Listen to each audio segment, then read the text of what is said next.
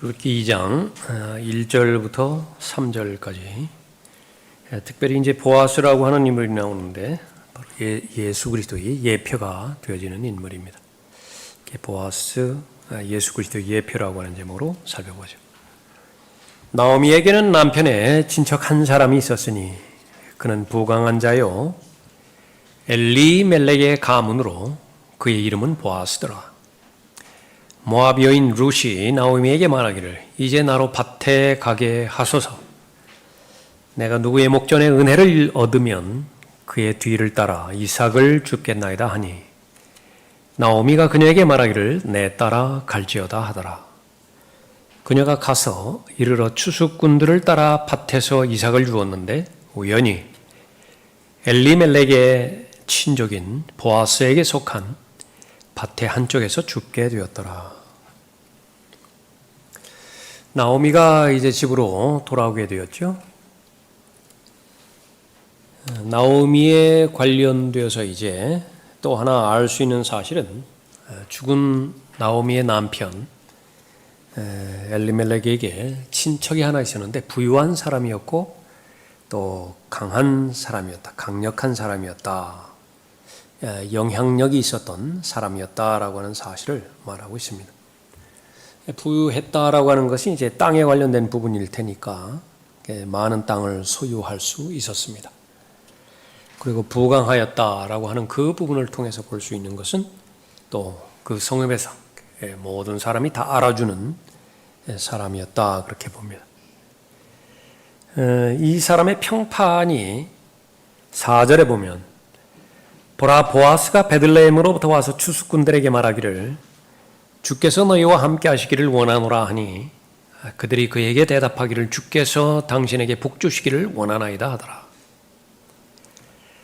바로 고용주와 고용인의 입장의 관계를 볼 때 가장 현실적으로 그 평판이 얼마나 진실성이 있는 것인가를 알 수 있는 것인데 존경합니다. 보아스도 이 추수꾼들에 대해서 호의를 베풀고요. 이 추수꾼들도 고용된 일꾼들이죠. 그 자기를 부리고 있는 그 주인에 대해서 하나님으로부터 복 주시기를 그렇게 잘 바라는 것입니다. 계속해서 우리가 살펴볼 때 4장까지 나가서 살펴볼 때 이 보아스의 인격 그리고 보아스의 아내가 되어지는 룻의 성품 그것은 바로 예수 그리스도와 예수 그리스도의 아내가 되어지는 성도의 그것이라고 하는 것을 우리가 잘 알 수 있습니다. 일관될 수 있고요. 또 진실되죠. 항상 우리가 확인해 봐야 되는 사람의 내면의 신실함, 즉 마음으로부터 시작해서 생각으로부터 시작되는 것이죠. 그것이 말을 통해서 나오는 것이고 자신이 한 말에 대해서 책임을 질 것이냐. 그래서 마음과 말과 행동 그것이 일치되어지는 것을 볼 수 있는데 그것이 룻의 경우에도 발견이 되어지고 보아스의 경우에도 발견이 되어지는 것입니다. 보아스에는 이 룻을 아내로 맡고자 했습니다. 그럴 때에 자신이 소유한 부를 목적을 이루기 위해서 사용을 하였는가? 그러지는 않았습니다. 하나부터 끝까지 율법에 저촉되어지는 일을 단 하나도 하지 않고요. 늘 하나님의 호의 가운데서 하나님의 인도하심 가운데서 자신의 목적을 잘 이루었던 것을 볼 수 있습니다. 그러나 이것은 결코 쉽지 않습니다. 우선 돈이라고 하는 그런 그 영향력 그것을 모두가 다 알기 때문에 돈으로 안 되는 일은 거의 없거든요. 이 지상에서 일어나는 일들 가운데서 돈으로 되지 않는 일들은 거의 없어요. 그 전에는 몇십 년 전만 한다 하더라도 사랑만큼은 돈으로 되지 않는다라고 그렇게 말을 했었지만은 지금은 그것도 아닙니다. 왜냐하면 그 이전 사람들이 말하는 사랑을 지금은 사랑으로 받아들이지 않기 때문에 그렇습니다. 왜곡될 대로 왜곡되어져 버린 변질된 사랑 그것은 얼마든지 돈으로 살 수 있고 돈으로 팔 수도 있습니다. 나발이라고 하는 사람은 부자였죠. 아합 역시 마찬가지 부자였습니다. 그러니까 그 사람들이 소유를, 자신의 부를, 자신의 목적을 이루는 데 있어서 양심에 어떠한 거리낌도 없이 그렇게 사용했던 것을 볼 때에 이 보아스, 자신의 부를 사용하는 데 있어서 올바른 목적을 위해서 사용했다라고 하는 사실을 아는 것입니다. 자신의 부를 자신보다 더 앞세워서 자랑하지도 않고요. 그랬습니다. 성경에서 언급되어지는 이 부라고 하는 부분, 이 부분은 하나님께서 주신 복입니다. 부를 이루는 방법은 성경에는 두 가지 방법이 나와 있습니다. 하나는 부당한 방법으로 부를 얻는 방법이고요. 그 나머지는 자신의 눈을 찌르는 거예요. 믿음에 상당히 어려움이 있습니다. 또 하나는 하나님의 호의입니다. 하나님께서 은혜를 베풀어 주셔서 넘치도록 공급해 주시는 것인데, 그것이 그리스도인의 입장에서, 신약의 그리스도인의 입장에서는 굳이 이 영적인 영역에만 제한시킬 필요 없습니다. 건강도 거기에 포함이 되는 것이고요. 사람들과의 관계도 거기에 포함되는 것이고, 거기에는 반드시 돈도 포함이 되어지는 것입니다. 찰스 스펄전, 가능하면 돈을 많이 벌라 그랬어요. 왜냐하면 정상적인 그리스도인이 돈을 가지고 있을 때 그 돈은 예수 그리스도를 섬기는 데 있어서 아주 유용하기 때문이라고 그렇게 말한 것입니다. 유일하게 잘못된 것은 뭐냐? 돈과 관련돼서. 그러니까 목적이, 인생의 목적이 그 돈을 끌어모으는 것이다. 끌어모아가지고 그 모은 것을 어떻게 사용할 것이냐에 대해서는 거기에는 계획이 없어요. 그 목적이 거기까지라고 한다면 그것은 잘못된 것이다. 그러니까 그거 하나만을 제외하고 돈을 얻는 것, 재물을 얻는 것, 그것은 잘하는 것이라 그렇게 말하고 있습니다. 이 보아스의 이름의 의미 두 가지로 그렇게 볼 수가 있는데요. 제일 첫 번째 나오는 것은 이제 빠르다라고 하는 그런 의미인데, 이스턴 바이블 사전에서는 이 부분들을 확대해서 아주 기꺼이라고 하는 부분까지 확장돼서 그렇게 표현을 합니다. 그래서 거기에 나와 있는 대로 무언가를 행하기 위해 즉시 기꺼이 준비가 되어 있는 이라고 하는 뜻이에요. 아주 연기하지 않는다 그 말이죠. 미루지 않는다라고 하는 그 부분이 강조되어 있는 것입니다. 그것이 즉각적으로 나에 관련된 일이라고 한다면 나는 주저하지 않고 거기서 행동으로 나타난다라고 하는 그 부분입니다. 이 두 가지 의미 다 예수 그리스도를 연상하게 하는 것인데, 바로 예수 그리스도 역시 마찬가지입니다. 이렇게 아주 기꺼이 아버지의 뜻이라고 발견이 되어졌을 때 기꺼이 행하는 것이죠. 또 하나는 이제 강건함 안에서라고 하는 부분입니다. 그 보아스라고 하는 이름 안에 이런 의미가 있다라고 하는 그 부분이죠. 보아스는 사람의 이름일 뿐만 아니라 솔로몬의 성전 들어가는 입구에 그 기둥 두 가지가 있죠. 그 가운데 하나가 이 보아스입니다. 보아스와 그 야킨이라고 하는 기둥이 있는데 보아스예요. 그래서 그 보아스의 의미, 그 안에서의 보아스의 의미가 강건함 안에서라고 하는 뜻입니다. 그래서 두 기둥이 바로 강건함 가운데서 세워졌다라고 하는 그런 의미입니다. 룻기에서 보아스는 예수 그리스도를 예표하는 예표다 그렇게 말하고 있습니다. 자, 보아스의 이름이 기꺼이 마련된 그런 뜻이든지 아니면 강건함 안에서라고 하는 그런 뜻이든지 어떤 것이든지 간에 예수 그리스도를 나타내주고 있다 그랬습니다. 그것이 시편 40편 8절에서 예수 그리스도에 대한 예언을 담고 있는 내용인데요. 오 나의 하나님이여, 내가 주의 뜻 행하기를 기뻐하오니 정녕 주의 법이 나의 마음속에 있나이다. 이것을 히브리서 10장 9절 이후에서 인용하고 있죠. 내가 주의 뜻 행하기를 기뻐하오니. 여기에도 이제 기꺼이 행한다라고 하는 표현이 포함이 되어 있는 것입니다. 신속하게 행할 것이에요. 그 발견이 되자마자 미루지 않고 미적거리지 않고. 그 다음에 이제 다윗이 하나님을 노래하는 데 있어서 하나님은 나의 힘이라 그렇게 말할 때는 수없이 많이 나와 있죠.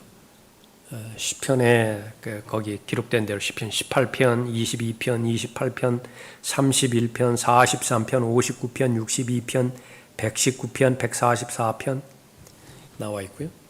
이사야 12장 2절, 이사야 49장 5절, 에레미야 16장 19절, 하박국 3장 19절. My strength, 나의 힘이다. 예수 그리스도께서는 믿는 자들에게 힘이 되신다라고 그렇게 계시해 주십니다. 믿는 자들은 본래 연약한 자들 아니에요? 무익한 자들인데 예수 그리스도를 소유함으로 인해서 아주 힘이 있는 자가 되는 것입니다. 시편 19편 14절에 바로 구속주가 힘이 된다라고 표현하고 있습니다. 나의 힘이시며 나의 구속주이신 오 주여, 내 입의 말과 내 마음의 묵상이 주의 목전에 받아들여지게 하소서. 예수 그리스도를 따라가려면 자기를 부인해야 됩니다. 자기 십자가를 져야 되죠. 그리고 예수 그리스도를 따라가야 되는 거예요. 그런데 실상 그 의미는 사람이 만든 종교에는 보편적으로 다 들어가 있습니다. 그런데 방법은 어떻게 나 자신을 부인하고 자기 십자가를 질 것이냐라고 하는 데 있어서 근원적으로 달라지게 되어 있습니다. 사람이 만든 종교에서는요, 자기 스스로의 힘으로 자기 스스로의 능력으로 하라는 거예요. 도와주지 않습니다. 신이 도와주지 않아요. 그러나 예수 그리스도로 말미암아서 구원받은 하나님의 자녀가 주님이신 예수 그리스도를 따라가는 데 있어서 모든 조건은 성령 하나님의 능력으로 해야 됩니다. 말씀의 능력으로 해야 되고 예수 그리스도의 보혈의 능력으로 해야 되고요. 또 로마서 6장에서 그렇게 강조했던 것처럼 우선 알아야 되고요. 하나님께서 역사 가운데서 십자가의 역사 가운데서 이루신 일이 무엇인지를 알아야 되고요. 그것을 2000년을 당겨서 지금 나에게 가지고 와야 되죠. 그것이 바로 여기는 것이고 믿는 것이에요. 그 근원이 되어지는 것은 내가 주체가 되는 것은 절대로 아닙니다. 예수 그리스도께서 이미 다 이루어 놓으셨기 때문에 그 사실을 기반으로 나에게도 사실로 받아들일 때에 그것은 능력이 되어지는 거죠. 예수 그리스도께서 나의 능력이 되는 것입니다. 힘이 되는 것이에요. 그렇게 될 때 비로소 자기 부인은 온전하게 되어지는 것이고 자기 십자가를 질 수 있는 그런 부분도 온전하게 되는 것입니다. 그러나 그런 것들이 배제된 상태에서 사람이 만든 종교처럼 내가 아주 좋은 굳은 결심을 하고 결의를 하고 그렇게 됐을 때에는요, 그건 용수철하고 똑같아요. 그 당시에는 꾹꾹 누를 수가 있지만은 그러나 조금만 시간이 지나가 보면 다시 원점으로 돌아가게 되어지는 거죠. 나의 힘이시며 나의 구속주이시다. 그 다음에 시편 28편 8절에서도 같은 내용이 나오죠. 주는 그들의 힘이시요 그의 기름 부은 받은 이에 구원하는 능력이시라. 기름 부은 받은 이 메시아죠. 그리스도입니다. 구원하는 능력이시라 그렇게 말하고 있습니다. 보아스는 예수 그리스도를 나타내는 유형이고 또 예표입니다. 자, 보아스는 엘리멜렉 가문의 사람이라 그렇게 언급하고 있죠. 그래서 엘리멜렉의 가문을 살펴봤을 때 우선 아내가 있고 아들들이 있었죠. 그러니까 더 확장합니다. 뭐 사촌들이 있고 육촌들이 있고 막 그렇겠죠. 그래서 성경에서는 제일 위에 지파들이 있고요. 12지파가 있습니다. 12지파가 각각의 아들들을 두겠죠. 아들들, 2명의 아들을 놓을 수도 있고 3명의 아들을 놓을 수도 있죠. 그러면 그 아들들은 이제 아들들대로 이제 독립을 하는 것입니다. 그 아들들 사이에서는 각 지파 위에 족장이 되어지는 사람은 직계지만은 이제 형제들이라든지 사촌들이라든지 이렇게 나누었을 때 반계로 이렇게 나누어지게 되겠죠. 그러니까 그런 관점에서 그것을 가문이라 그렇게 합니다. 패밀리, 족속이라 그렇게 표현하기도 하고요. 가문이라 그렇게 표현하기도 합니다. 그렇게 그런 맥락에서 이해를 하면 됩니다. 엘리멜렉 가문이다. 보면 뭐 형제들이라든지 삼촌들이라든지 사촌들이라든지 그렇게 언급할 수 있습니다. 자, 유다 지파의 경우에 보면 아들들이 셋이 있었죠. 셀라, 파레스, 세라입니다. 그래서 이 사람들이 형성된 가족을 족속이라 그렇게 말하고요. 족속으로 그렇게 나누어집니다. 민수기 26장 20절에서 유다의 아들들은 그들의 족속들대로, 그때 사용한 것이 패밀리입니다. 셀라에게서 난 셀라인들의 족속과 파레스에게서 난 파레스인들의 족속과 세라에게서 난 사르인들의 족속이며 그렇게 언급하고 있습니다. 자, 엘리멜렉과 보아스는 룻기 4장 18절에 의하면 파레스에 속한 파레스 가문이에요. 파레스 가문은 더 아들들로 더 이제 심화가 되어지는데, 세분화되어지는데, 그 아들들의 이름이 민수기 26장 21절에 의하면 헤스론과 하물입니다. 그런데 헤스론과 하물 가운데서 엘리멜렉과 보아스는 누구에게 속해 있는 것이냐? 헤스론 가문에 속해 있다라고 하는 것입니다.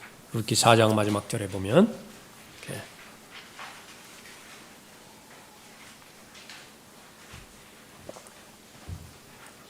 그는 부강한 자요 그랬죠. 역시 마찬가지로 예수 그리스도를 예표하고 있는 것입니다.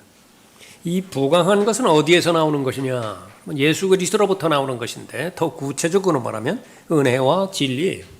결국은 같은 것이죠. 은혜 따로 진리 따로 그렇게 하는 것이 아니라 은혜가 곧 진리 아니겠어요? 이 은혜를 어떻게 그러면은 하나님의 자녀들이 받을 수 있는 것이냐? 그 성경에서 계시된 그 방법은 두 가지입니다. 말씀과 기도죠. 그래서 언제까지나 그렇게 계속해서 강조하고 하는 것은 모일 때마다 예수 그리스도 이름을 빼놓을 수 없으니까. 예수 그리스도 이름으로 모이는 곳에 예수 그리스도의 보혈을 우리가 말하지 않을 수 없죠. 그럼 예수 그리스도께서는 주시기 위해서 오신 분인데, 하나님의 생명부터 주시기 위해서 오는 것인데, 그걸 모두가 다 은혜예요. 근데 그 은혜를 어떻게 얻을 수 있는 것이냐 그러면 진리를 알아가라는 것이죠. 예수 그리스도를 알아가면 알아갈수록 예수 그리스도 자체이신 은혜를 더 많이 알아갈 수 있는 것입니다. 강하다라고 하는 것은 그 외에는 설명이 안 돼요. 그것만이 강한 거예요. 예수 그리스도를 아는 것만이 강한 것입니다. 그래서 계속 강조해야 되는 그런 그 부분들은 우리가 어떤 하나님의 말씀을 읽고요, 말씀을 잘 설명해 놓은 어떤 책들도 우리가 공부할 수 있고, 설교의 과정이라든지 성경 공부의 과정이라든지 아니면 성도들과의 교제라든지 그런 모든 부분들을 봐서 나에게 다 들어오죠. 나에게 다 들어오는 아직까지는 내 것이 아니에요. 내 것이 아니다라고 하는 것은 나에게 어떤 영향력도 주지 못한다 그 말입니다. 그러니까 어떤 영향력이 나에게 미치기 위해서는 내가 그 사실을 믿음으로 받아들여서 나에게 진리가 되어야 되는데, 나에게 진리가 되어져 버린 것은 아주 독특하다. 그거 유일하게 존재하는 것이라고요. 다른 사람에게는 없어요. 나에게만 존재하는 거예요. 그것 가지고 살아가는 겁니다. 그것 가지고. 그래서 계속해서 강조하는 것이 체험과 경험이라고 했다.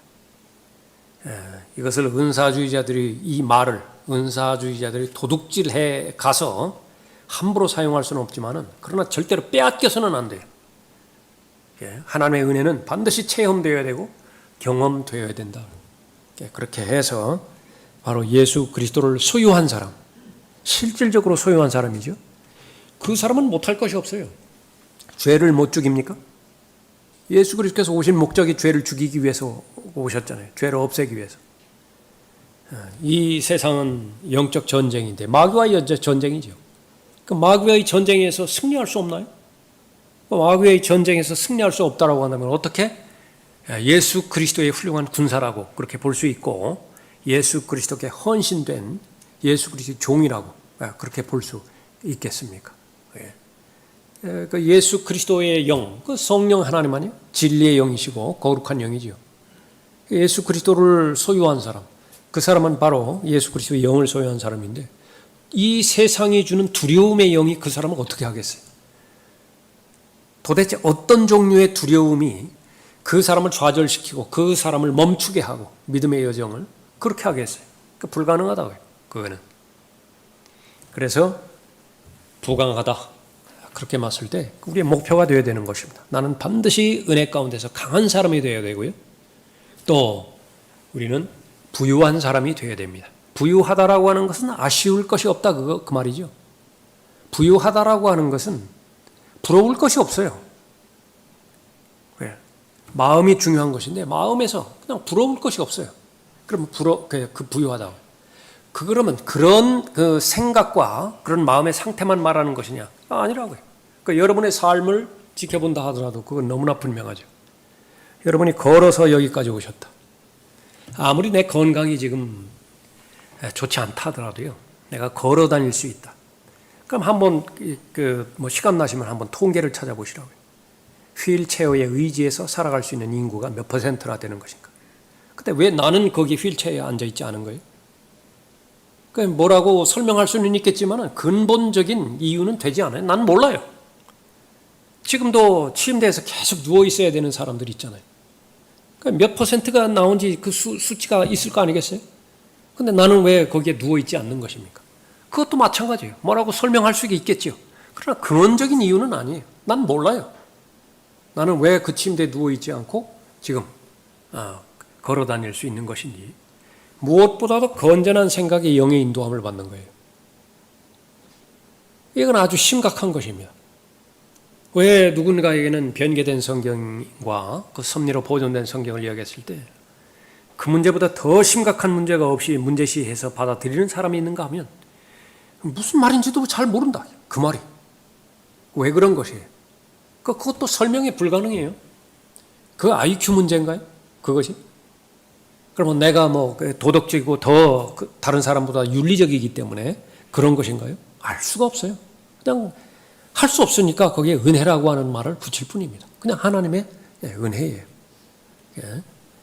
그렇게 해서 예수 그리스도께서 은혜를 베풀어 주실 때 모두가 다 부강한 사람이다. 거기다가 덧붙여서 여러분들의 돈도요. 여러분들 재물 있잖아요. 지금 제가 알기로는 여러분 가운데 가난한 사람은 없어요. 가난한 사람 없다고요. 아주 풍부하다고요. 풍족하다고요. 이렇게. 자꾸 옆 사람하고 비교해보고 세상의 기준, 세상에서 세운 숫자 개념, 세상에서 세운 그 표준이라고 하는 거, 그거 아무 의미가 없어요. 거기에 다 종속되어서 다 무너져 버리는 것입니다. 그게 살아가는 데 있어서 몇 평이 있어야 된다, 어디에 거해야 된다. 그거 다 세상적인 기준인 것인데. 부강한 자요 그랬죠? 예수 그리스도의 은혜는 부유함을 나타낸다. 고린도후서 8장 9절에서 너희가 우리 주 예수 그리스도의 은혜를 알거니와 여기서 멈춰야 됩니다. 잠깐 멈추고 아멘 감사합니다. 이 소리가 마음에서 나올 수 있어야 돼. 나는 하나님의 은혜를 알거니와 압니다. 부유하신 분이 너희를 위하여 가난하게 되신 것은 그의 가난함으로 인하여 너희를 부유하게 되도록 하심이라. 그러니까 아주 수치스럽게 절망스럽게 아주 그냥 없이 산다라고 그러잖아요. 그것이 예수님께서 돌아가신 그런 목적이 결코 아니에요. 다 부유하게 되었으면 좋겠다. 부유하게 되었으면 좋겠다. 그래서 그 근원을 마련하신 것이 바로 예수 그리스도의 은혜라 그렇게 말하고 있습니다. 그러나 이 모든 것을 다 잘라버리고 그냥 물질만을 앞세워서 물질적인 번성, 물질적인 부요함 이것을 앞세우니까 다 엉망이 돼버린 것이죠. 그러니까 그것이 아니라고 강조를 하다 보니까 어떤 경우에는 그 물질의 번영마저도 부인할 수가 있다고요. 그거는 잘 구분을 해야 돼요. 잘 구분을 해야 된다. 이 시대에도 하나님께서는 물질적으로 번영하기를 그렇게 바라시는 것이에요. 그래서 근거 없이 나보다 저 사람이 더 많은 것을 가지고 있다고 해가지고 별로 마음 내키지 않고 그럴 필요는 전혀 없는 것입니다. 우리의 중심이 올바로 되어 있고 우리의 목적이 하나님의 뜻과 하나님의 뜻을 실현하는 데 있는 것이 분명하다라고 한다면 쓸데없는 것이 단 하나도 없어요. 모두가 다 유익한 것이라. 쓸데없는 시간이 있겠어요? 쓸데없는 사람이 있겠어요? 쓸데없는 돈이 있겠어요? 그러나 중심이 흔들려 버릴 때 그런 모든 부분들이 재앙이 되는 거죠. 시간이 없어 봐요. 어떻게 죄 짓는 것이나. 건강을 잃어버려봐요. 죄 짓고 싶어도 죄 지을 수가 없어요. 지금 아주 숨도 쉬기도 힘든데 무슨 죄를 짓겠어요? 그런 그 상황 가운데서. 그 양면을 우리가 잘 생각해 봐야 됩니다. 자, 바울은 이방인들에게 예수 그리스도의 헤아릴 수 없는 그리스도의 부요함을 전파하였다 그랬죠. 에베소서 3장 8절 말씀입니다. 모든 성도들 가운데서 가장 작은 자보다도 더 작은 나에게 이 은혜를 주신 것은 이방인들 가운데 헤아릴 수 없는 그리스도의 풍요함을 전파하게 하려는 것이라. 그래서 이 그리스도의 풍요로움, 길이요 진리요 생명이신 예수 그리스도를 알아가는 것, 그것이 다 해결돼 버리는 것입니다. 그렇게 된다면 다 풍요하다. 바울은 풍부함 가운데서 거했던 적이 있죠. 있다고요. 풍부함 가운데 거했던 적이 있어요. 넉넉하다고요. 또 궁핍함 가운데서 거했던 적도 있습니다. 그랬던 적도 있어요. 다. 근데 그 모든 부분들은 다 필요한 영역이에요. 건강하게 지냈던 시간도 있지만은 건강을 잃어버린 그런 그 시간도 있고요. 하나님 관점에서 보면 다 필요한 거예요. 그런 모든 부분들이 다 합해야 완성품이 나옵니다. 큰 그림이 나와요. 완성이 된다고요. 모자이크 조각조각들이에요. 그 전체를 설명할 수 있는 것이 바로 헤아릴 수 없는 그리스도의 풍요함이다. 언급하고 있는 것입니다. 그래서 하나님의 은혜의 부요함, 그것은 한 곳만을 통해서 오는 것인데 바로 예수 그리스도만을 통해서 오는 것입니다. 예수 그리스도는 십자가를 통해서만 알 수 있는 것이지요. 에베소서 2장 7절에서 이는 그리스도 예수를 통하여. 그래서 이 부분이 이제 핵심이죠. 그리스도 안에서라고 하는 말과 예수 그리스도를 통하여라고 하는 말. 예수 그리스도를 통하여 하나님께서 우리를 향한 그의 인자하심 가운데 그의 은혜의 지극히 풍요함을 오는 시대들에 보여주시려 함이니라. 아이가 철이 들기 시작했을 때에 바로 아버지가 이제 부르는 거예요. 아버지 서재를 불러가지고 장부를 다 열어 보이는 것입니다. 이것이 무슨 서류인지를 알겠느냐? 이것이 무슨 서류인지 알겠느냐? 그래서 쭉 차 태워가지고서 보여주면서요. 이 서류는 이 지역에 해당되어지는 것이고, 이 서류는 이 건물에 해당되어지는 것이고, 이것이 터전을 마련하기 위해서는 3대조, 4대조 전에 할아버지가 이런 혁혁한 공을 세워서 나라에서 하사받아가지고 그것을 잘 관리하셔서 우리 대까지 왔다. 이것이 이제 앞으로 내 소유가 내 기명으로 이렇게 되어질 텐데 내가 그런 위치에 서 있다고 하나씩 하나씩 배우는 거예요. 다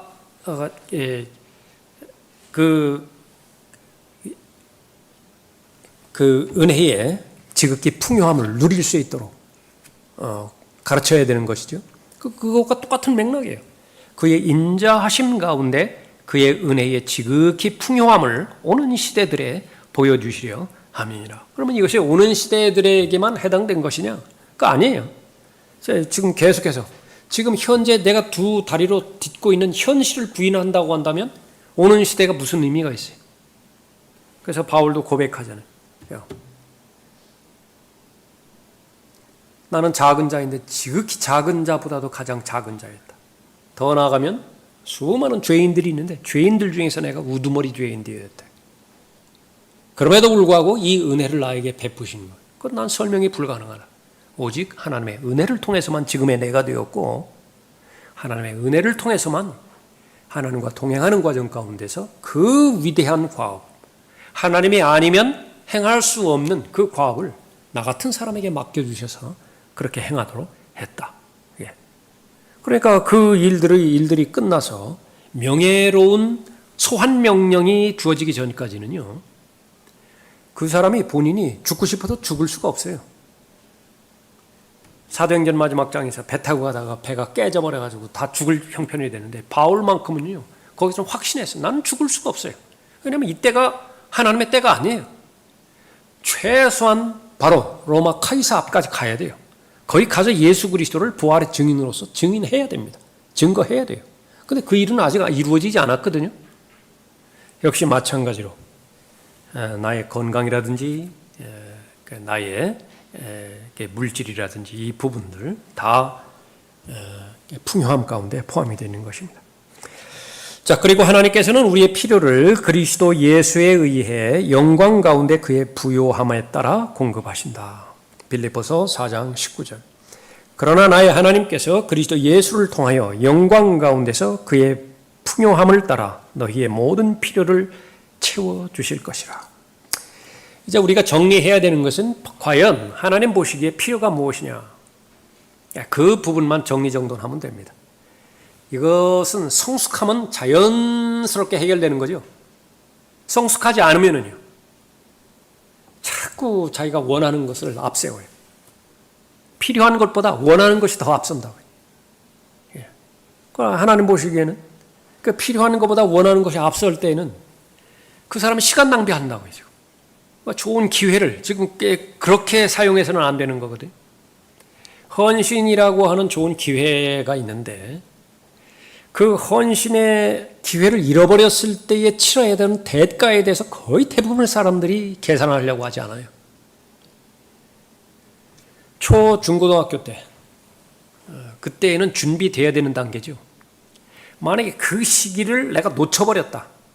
그러면 앞으로 그 청소년 입장에서는 무한대로 살아가야 되는데 아직 죽음을 생각할 나이가 아니라 노후 대책 이거 개념이 없는 나이 아니에요.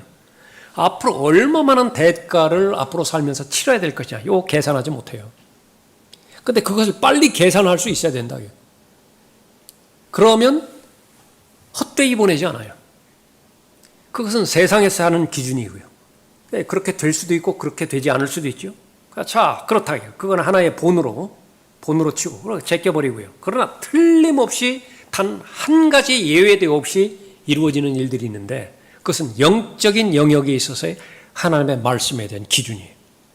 왜 하나님께서 헌신을 강조하고 하나님의 진리의 말씀을 지식에 이르는 것을 강조하는 거냐. 만약에 그 기회를 잃어버렸을 때에 얼마만큼의 손에 해당되는 대가를 지불해야 되는 것이냐. 수고하고 무거운 짐진 자들아 다 내게로 오라. 기회예요. 근데 안 가죠? 왜 안 가는 것입니까? 조금 전에 밭 샀거든요. 조금 전에 소 몇 마리를 샀다고요. 그거 잘 있나 보러 간다고요. 얼마 전에 장가 갔어요. 결혼했어요. 그렇기 때문에 지금 그 초청의 자리에 갈 여유가 없다고요. 예. 그런 수많은 변명 가운데서 거절을 하지만은 그러나 알지 못하는 것은 수고하고 무거운 짐을 해결할 수 있는 그 기회를 잃어버렸을 때에 얼마만큼 긴 세월 동안 수고스러운 고생스러운 인생을 살아가야 될 것이냐. 얼마만큼 그 무거운 짐을 계속해서 지고 계속해서 살아가야 될 것이냐. 그 대가를 지불하지 못한다. 그것이 조금 있다가 나오는 아브라함과 롯의 경우입니다. 롯은 눈에 보기에 좋은 것, 그것이 판단 기준이었어요. 믿음으로 선택하지 않았다.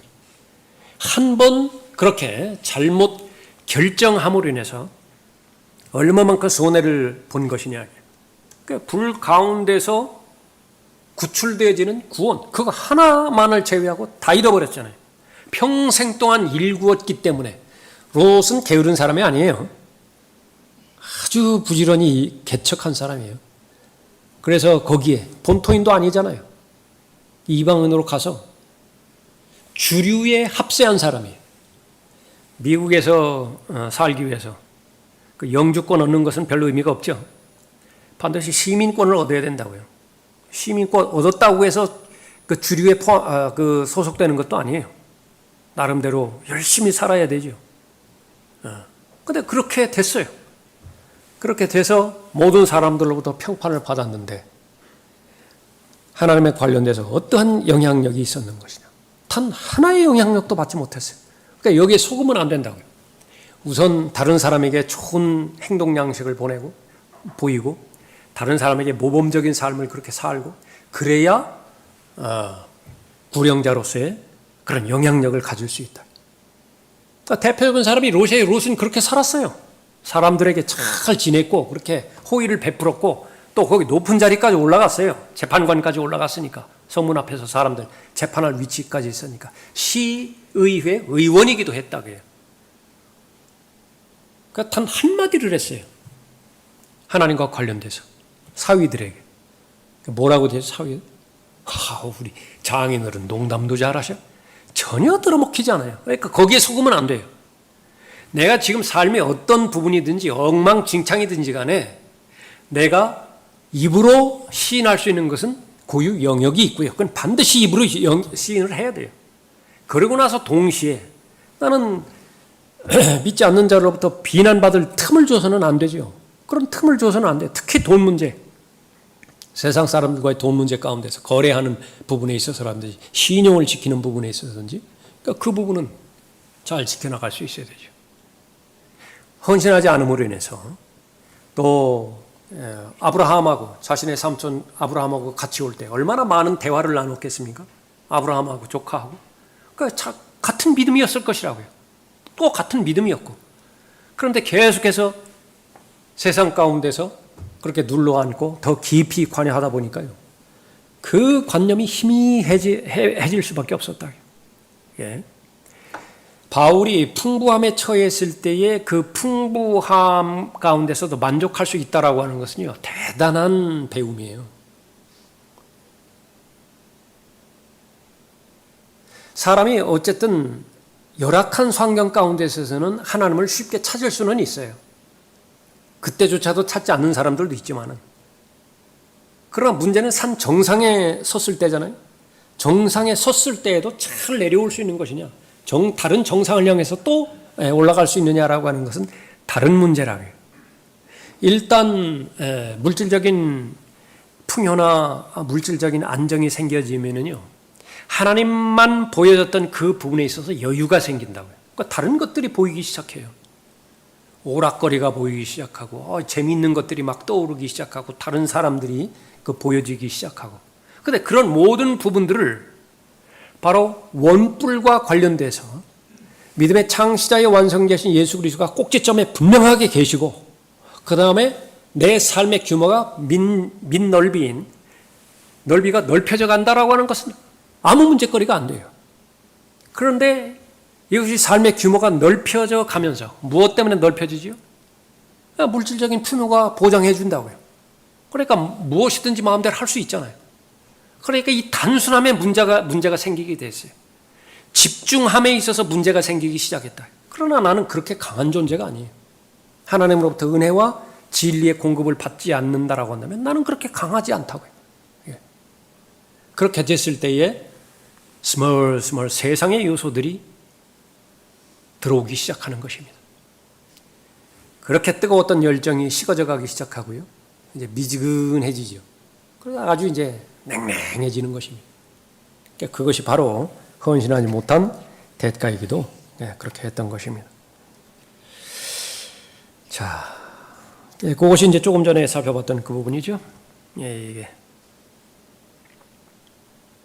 빌립보서 4장 19절 밑에 엘리멜렉과 보아스는 같은 가문 안에 있다.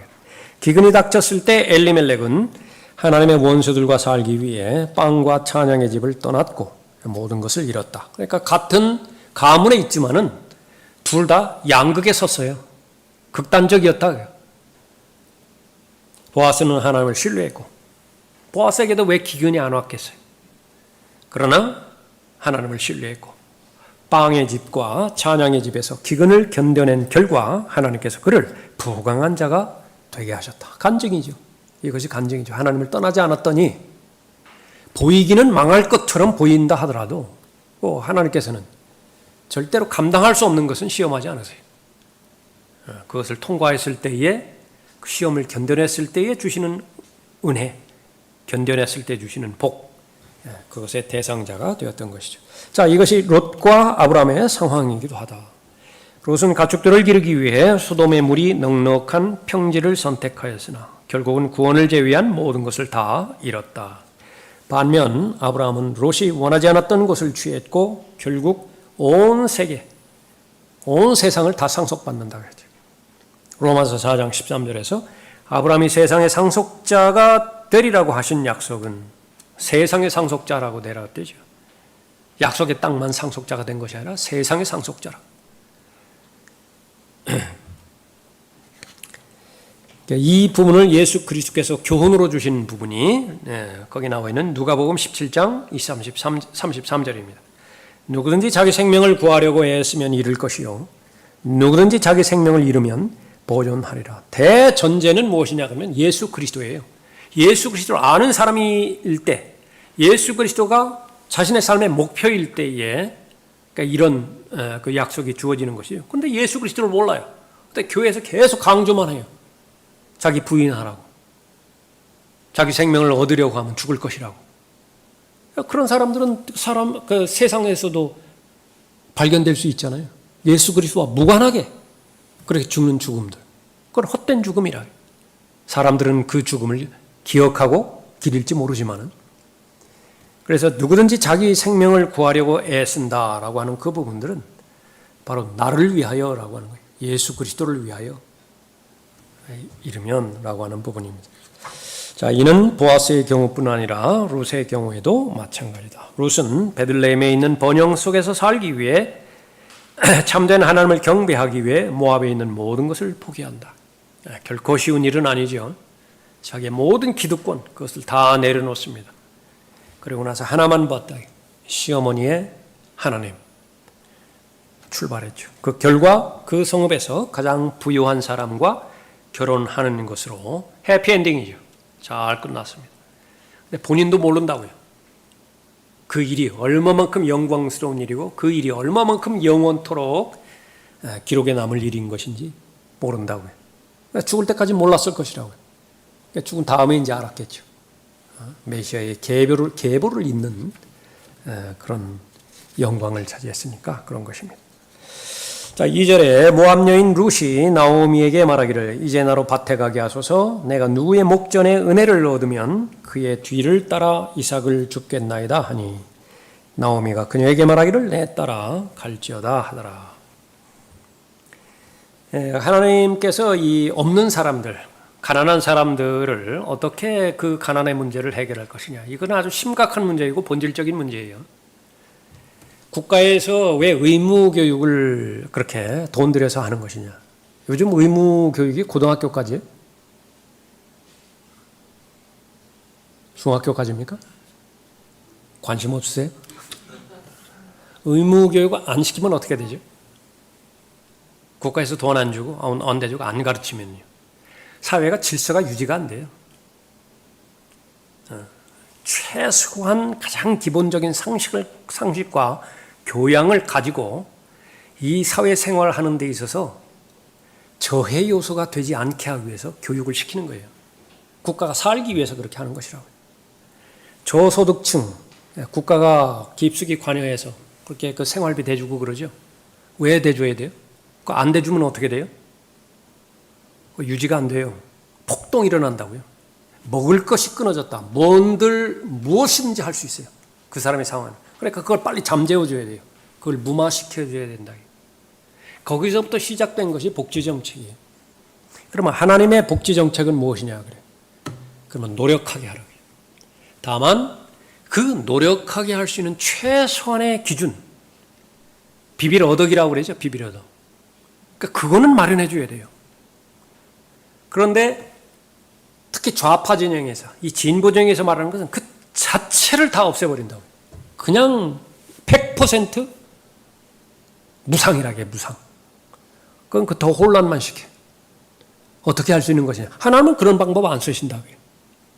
다만 그렇게 대할 수 있는 대상은 있어요. 무엇이냐. 핸디캡을 가진 사람들. 일을 하려고 해도 지금 여건이 안 돼요. 무피보셋 같은 사람은 다리를 전다고요. 어떻게 일을 해요? 그러니까 무상으로 왕의 식탁에 앉혀줘요. 그냥. 그것 또 하나의 본이에요. 그 외에는 어떻게 되는 것이냐. 일할 수 있는 여건을 다 마련해 줍니다. 그리고 일하게 하라고 해요. 이건 신약 성경에서 데살로니가 후서 4장에도 그대로 연결이 되어지죠. 가정과 교회가 무질서하게 되어지는 요인 가운데 일하지 않는 사람들이 있어요. 그 일하게 해줘야 돼요. 일하게 하도록 그렇게 제시하고 만들어줘야 되죠. 그래서 일을 해야 돼요. 그러니까 일하지 않으면 먹는 것에 제한을 그렇게 두게 하는 것이 언급인데, 이것은 율법에도 아주 정확하게 잘 나와 있고요. 그 배경이 되어지는 것이 이 룻기에서 그대로 잘 배경이 되어 있습니다. 그래서 누구의 목전에 은혜를 얻으면이라고 하는 그런 부분은 대전제가, 하나님께서 그런 구조를 마련해 주셨고 하나님께서 그런 구조를 마련해 놓으셨다 하더라도 거기에 내가 참여를 해서 혜택을 누리는 것, 그것은 내 권리가 아니라고 지금 말하는 거예요. 그 은혜예요, 그냥. 그러니까 그런 관점에서 말하는 것입니다. 설명해 보죠. 어떤 유대인이 음식을 살 돈이 없다면 추수하는 동안 누군가의 밭에 가서 추수하고 남은 이삭을 줄 수 있다. 하나님께서 유대인 땅 주인들에게 율법에서 명령하시기를 그들의 땅 모퉁이를 가난한 자들이 이삭을 줍도록 남겨두라고 하셨다. 레위기 19장 9절입니다. 수확할 때 다 거두지 말라. 모퉁이는 남겨놓으라. 모퉁이의 이삭들까지 다 줍지 말라. 그렇게 말하는 것입니다. 그 목적은 가난한 자들의 식량 문제를 해결하라라고 하는 거죠. 레위기 23장 22절에서도 맞고요. 가난한 자와 타국인, 지금 돈 벌 근거가 없잖아요. 그러니까 그 사람들을 위해서 남겨놓으라. 그러나 추수 다 해가지고 그 사람들에게 완성품을 갖다 나눠주라 그렇게 말씀하지 않았어요. 그러니까 그 사람들로 들어오게 해서 추수하여 가게 하라. 그렇게 말하는 겁니다. 신명기 24장 19절에서도요. 내가 들에서 너희 곡식을 벨 때 들에서 곡식 한 단을 잊어버렸거든. 너는 그것을 가지러 다시 가지 말라. 그거 안 가지고 왔는데 다시 가지 말라. 그냥 내버려 두라. 충분하지 않느냐. 내가 가지고 있는 것만으로도. 그것은 아주 타국인과 아비 없는 자와 과부에게 아주 유용하게 될 것이라 그렇게 말하고 있습니다. 그리하면 주 너희 하나님께서 내 손으로 하는 모든 일에서 내게 복 주시리라. 다른 사람을 도와주는데 거기 재미를 느낀 사람. 이것이 또 하나의 행복의 영역입니다. 이건 믿음과 상관없는 사람들도 이것을 즐기는 사람들이 있어요. 거기는 즐거움이 있습니다. 다른 사람을 돕고 다른 사람에게 베풀고, 그래서 그 사람이 딛고 일어서더라고 말해요. 그 사람이 계속해서 정상적인 생활을 하고 그 사람도 또한 영향력을 또 다른 사람에게 끼치더라. 너무 좋다. 예. 믿음이 있다라고 한다면 더 말할 나위도 없죠. 더 말할 나위도 없어요. 그래서 받는 것보다 주는 것이 더 복되도다라고 또 말씀하기도 하셨던 것입니다. 그래서 정상적인 상황 아래서 모세의 율법 아래 있는 유대인들에게 있어서 그 가난한 자가 게으르지만 않다면 어떤 사람이 먹을 것이 없어 굶어 죽게 하는 것은 있을 수 없는 일로 받아들인다라고 하는 거예요. 정상적인 그런 경우가 그렇다고 말이죠. 그 예외적인 상황은 이제 기근이라든지 가뭄이라든지 그것은 이제 예외적인 상황이에요. 그렇지 않다라고 한다면 유대인들이 먹을 것이 없어서 굶어 죽었다. 그 사회의 수치예요. 그 라구아디아 그 예화는 몇 번 그렇게 우리가 들었었죠. 법정에서 먹을 것이 없어서 빵 훔쳐가지고 왔다. 그 사람한테 벌금을 과하는데 라구아디아 판사가 그때 그 법정에도 벌금을 때렸잖아요.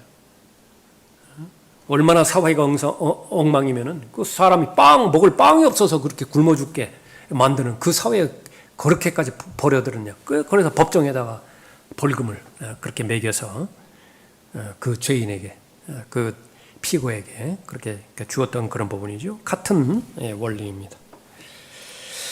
자, 그 밑에 쭉 내려와서요. 이제 나로 밭에 가게 하소서. 내가 누구의 목전에 은혜를 얻으면 그의 뒤를 따라 이삭을 줍겠나이다. 은혜가 나오죠.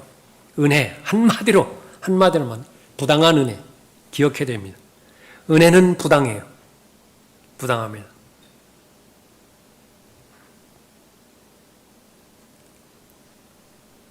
예수님께서도 이 비유를 말씀하셨다죠. 포도원에 일하러 나왔던, 새벽부터 일하러 나와서 일당 꽉 채워서 일한 사람. 1시간만 일했죠. 일한 사람. 임금을 똑같이 줬어요. 그랬더니 즉각적으로 나온 것이 뭐예요? 이 말이죠. 부당합니다. 부당합니다. 그렇게 다루는 것, 그렇게 처리하시는 것은 부당합니다. 창녀와 세리가 하나님의 나라에 들어가는 거 부당합니다. 맞아요. 부당해요. 근데 은혜는 부당한 거예요. 근데 나는 합당하게 하나님의 구원의 동참자가 되고 합당하게 하나님의 나라에 들어가서 합당하게 하나님의 아들이 되는 권세를 얻었다. 의심해야 돼요. 과연 하나님의 은혜를 받은 사람이냐 그렇게 말하는 것이 그런 의미입니다. 룻이 느끼기를 자신은 모세의 율법에 있는 이익을 마땅히 누릴 수 없음을 느꼈던 것이다. 자신은 모압 여인이었기 때문이다. 그 대한민국에서 그 법을 제정했는데 불법 이민자가 와가지고서 그 권리를 주장할 수는 없잖아요. 대한민국의 시민이 아닌데, 국민이 아닌데. 비록 타국인을 위해서라도 법을 제정해 놓기는 했어요. 레위기 23장 22절 같은 경우에 가난한 자와 타국인을 위하여 그렇게 조치를 취하라고 말하는데 룻 자신은 타국인이었음에도 불구하고 그럼에도 불구하고 자신의 권리를 주장할 처지가 아니었다라고 하는 것을 말하는 것입니다. 영적으로 적용해보면 그것은 바로 이방인인 우리가 구원받은 경우입니다. 에베소서 2장 12절에서 아무런 소망도 없고 하나님도 없었던 우리가 바로 구원받은 것, 그것은 바로 하나님의 은혜죠. 하나님의 은혜는 하나님의 아들 독생자 예수 그리스도를 속죄제물로 드려지게 하심으로 인해서 그 하나님의 은혜가 임하게 되었던 것입니다. 그녀가 말하기를 내 따라 갈지어다 하더라. 성경에서 말하는 용어 정리, 아들, 성경에서 아들이라고 말했을 때 친아들 포함해서 손자도 아들이라고 말하고요. 수십 대 밑에 후손들도 아들이라고 말하고 사위도 아들이라고 말하죠. 딸, 여기서는 누굽니까? 며느리에게도 딸이라고 하는 말이 적용되었다. 3절에 그녀가 가서 이르러 추수꾼들을 따라 밭에서 이삭을 주었는데 우연히 엘리멜렉의 친족인 보아스에게 속한 밭의 한쪽에서 줍게 되었더라. 계산하고 간 거 아니죠. 보아스에 대해서 정보를 얻고 미리 알고 가는 거 아닙니다. 가장 부유한 자의 밭이 누구냐? 그렇게 해서 알고 들어간 것이 아니다라고 하는 거예요. 그래서 우연이라고 하는 말이 그 말입니다. 우연히 엘리멜렉의 친족인 보아스에게 속한 밭의 한쪽에서 줍게 되었더라. 그래서 이 우연이라고 하는 부분, 거기 나와 있는 것처럼 고어로, 영어 고어로 hap라고 말, hap. 근데 이것은 지도가 맵이죠, 맵. 그래서 우리에게 일어나는 우연, 하나님께서 계획하신 맵, 지도다, 섭리다 라고 그렇게 보는 것입니다. 하나님께서는 은혜로운 섭리 안에서 룻을 인도하고 계신다. 하나님께서는 룻이 알지 못하는 것을 알고 계신다. 하나님께서는 룻의 환경을 직접 인도하시고요. 선을 위해 그리고 하나님의 목적을 위해 직접 환경을 인도하시는 것이다. 그러니까 내일이라고 변하지 않아요. 일주일 지났다고 해서 막 급작스럽게 변할 것 같지 않다고요. 그럼에도 불구하고 이 상황을 내가 섬기는 주께서 알고 계시는 것이냐? 알고 계시다. 그러면 힘이 나와요. 그러면 능력이 나오는 것입니다. 우리가 알거니와 하나님을 사랑하는 자들, 곧 그분의 목적에 따라 부르심을 받은 자들에게는 모든 일이 합력하여 선을 이루느니라 그랬습니다. 자, 오늘은 3절까지 살펴봤습니다.